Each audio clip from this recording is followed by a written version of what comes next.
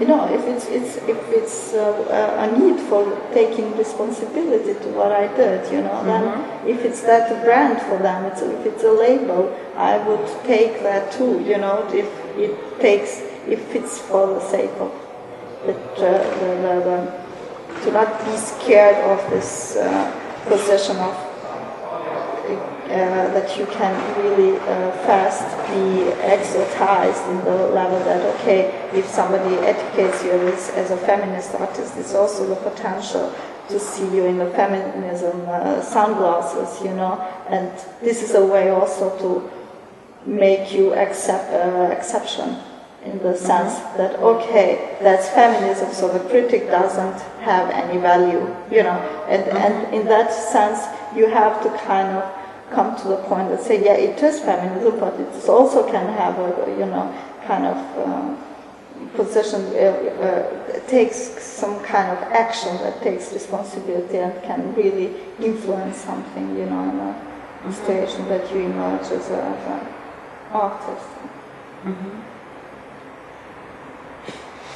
Yeah, your observation? Yeah, it's nice that you say that in the end in terms of how, I'm trying to think of the words that you used because I was thinking parallel of this example. How when you're labeled, that was it, when you're labeled as a feminist artist, it's like something exceptional and outside, and so it's not, it doesn't affect everyone.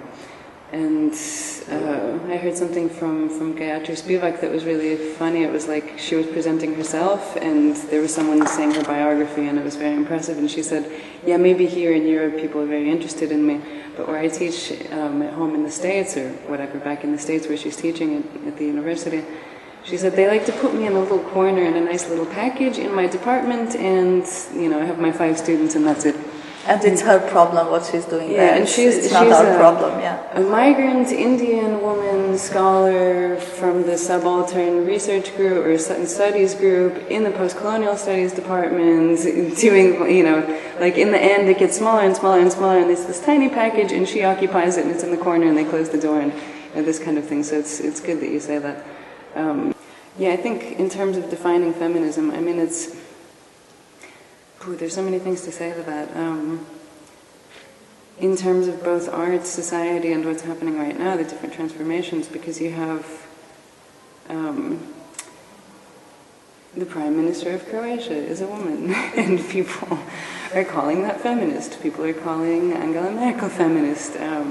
People are saying that giving all power to women economically and regaining what we lost is feminist. So what happens then when you have feminist women who are talking about emancipation, who have feminist women from other countries who are cleaning their toilets? So feminism is very complex, and especially in society today. At the same time, I think that articulating or maybe re-articulating, repositioning and understanding feminisms and recreating feminism today and looking at, but also creating maybe continuities and discontinuities to refer to all of this between feminist and queer theory is very important, because on the one hand queer theory is very significant, so it entered and departed from feminist theory and broke down the binaries, took an extra step, took all of these different levels of exploitation into consideration and tried to put them under kind of this umbrella of a resistant form of theory. At the same time, putting everything under one umbrella term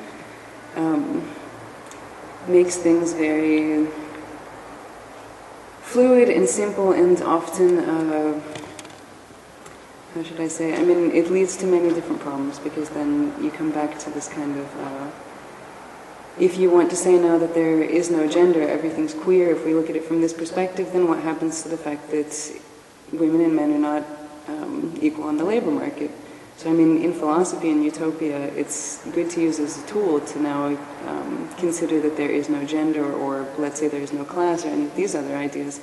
But I think to say, I am a woman, and to articulate this in terms of some sort of body politic or spatial positioning really is important, because it's so simple to just pretend that the women's question on so many levels, but especially just why are women just not paid as much? You know, just these very simple, stupid, trivial questions.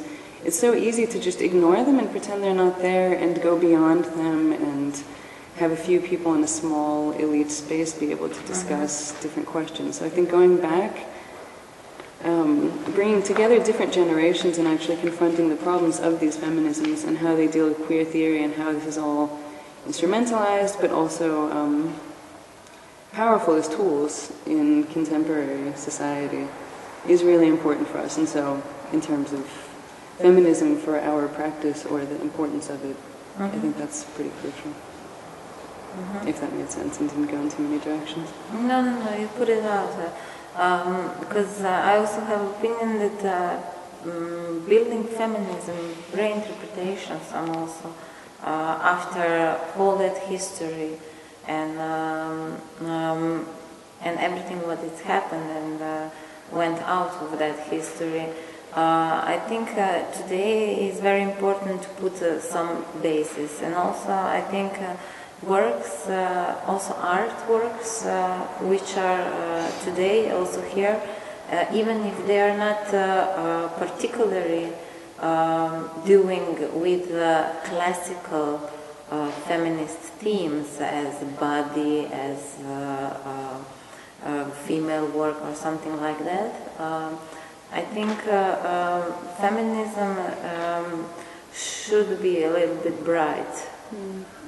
It should be today a little bit bright as it was maybe 20 or 30 years ago in 70s when these debates about the classical themes were put out. I think what I miss on still to see it on a feminist kind of concept, that the part of not being afraid from some differences that you pointed out that are there, and we tried to kind of avoid and say that not important, but they're there and we all know, and to try and see them as a benefit, you know, as the men always see their gender, their position, their attributes as a benefit, even if it's not, you know, like a very banal example I would give.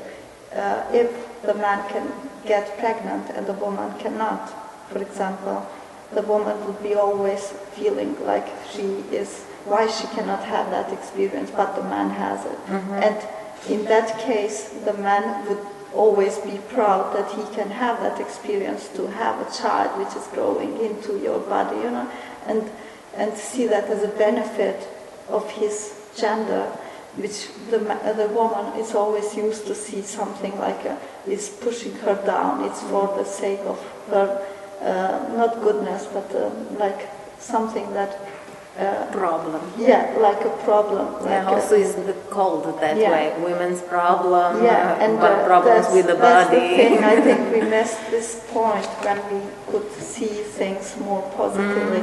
To not put them down, I would say now, you know, in that sense that makes them see ourselves as something that it's good to have that, you know, you don't have that experience. And there are so many examples that we kind of forget that it's us who see ourselves in subordinate position, you know, which could be the opposite in so many cases, you know. And I don't see that in a feminism theory that much kind of working in that direction. When there is something to stick to that and be proud of that and put that as a power, you know, it's something that can make us more strong and something that men don't have it. And then this is kind of would bring us to the position of being equal. You have that, but we have this. So we become equal in a certain point, you know, but we are always, you have that, but we have this, which is bad.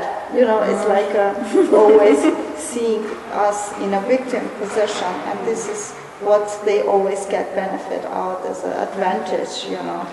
And then we have another biggest problem, which is misogyny between woman and woman.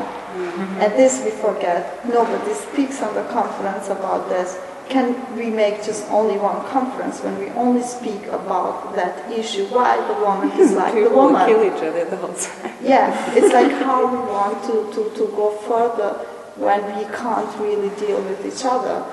And it's like there are really basically stuff that I think one of the answers could be that, okay, maybe because the society kind of all the time teach us that, okay, there are limited places for us, and these limited places we can only get it, but the good news is that in competition we can only be with each other for those places that society is reserving for us. So it is a moment maybe when we start to see each other as in competition for those places that society is kind of limiting, you know, and how to fight this, how to make these places not only a competition between us, you know.